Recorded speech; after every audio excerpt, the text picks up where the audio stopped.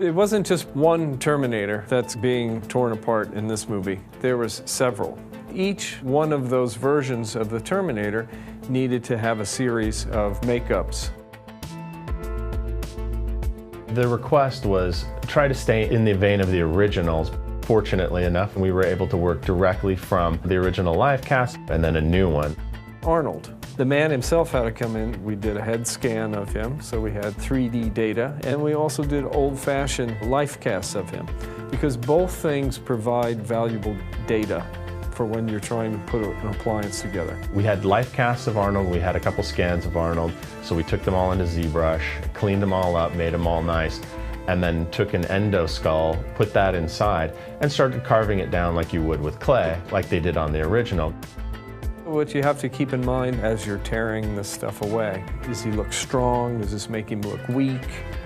There's certain things that you can get away with just a pure prosthetic that you can shoot in camera and it holds up. If you're taking a whole chunk of a cheek or something away, in the old days you couldn't take away, obviously, from a face, so you would build it up and it would only work from certain angles. Nowadays, what's beautiful working in conjunction with CG, doing hybrid makeups, you could give the leading edge of where it's going to be torn and then paint the whole inside green. And they would put in proper endoskeleton detail instead of everything just being a cheat. Once those designs are set, and the sculptors and sculpt the actual prosthetics of what they're going to look like in clay. Once they're done, those are then turned back over to the mold department and they make molds on them. And the type of appliance determines the type of mold. You've got the team that are running all of these appliances.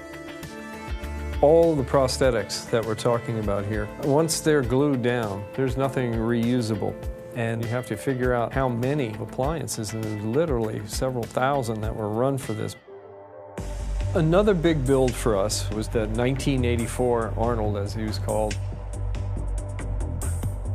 They're toting the corpse of this thing around in the back of this armored car. Part of his face has been sheared off and he's been shot. It made sense to make a prosthetic dummy of this. How to end up with a 1984 Arnold was an interesting process.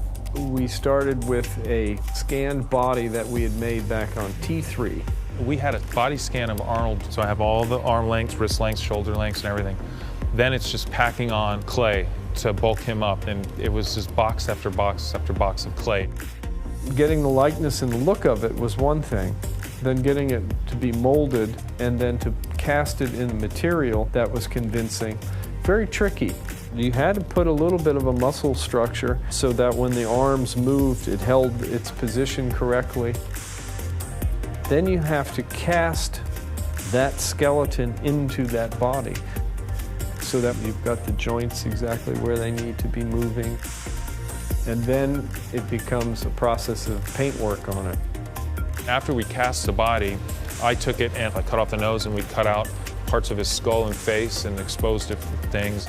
To put the hair on it, that got replicated by one hair at a time being punched into the silicone to achieve, I think, a highly realistic replica. The T800 endoskeleton, there was many incarnations we made for the film, so it had to be re-engineered from the standpoint of being something that you could actually build and work with. You got to think about in the human body, there's 206 bones, so there's that many mechanical parts plus more. That's a task in itself, to go through and clean this stuff up, get it ready to rapid prototype. In the T800, there's an extreme amount of high-resolution detail parts. We use our PolyJet machines. They print at 16 micron, so everything that the artist puts their blood, sweat, and tears into on that screen is going to come through in the print. Once those parts are grown, they need to get cleaned up. Our model shop department gets every part back and inspects it, takes it up to a spit polish shine, and then it goes to mold. After all of our experience doing robots and Iron Men and all these things, we work out different lighter weight materials, urethanes, different durometers, types of materials that we have figured out how to make look like metal. Real chrome is really hard to photograph. Our painted solution looks like real metal in camera, but it's a little faster. We have control of it in the shop as opposed to sending it out. It has little accents of gray throughout the body, which adds a little bit more color and separation of pieces. Always cool to work on an iconic character and still hold true to the original one as well.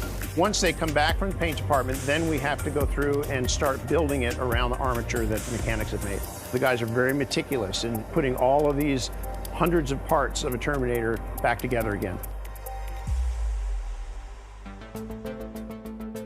Nearly all the time when you see the endoskeleton, it's CG. When they're used practically is when people are handling them.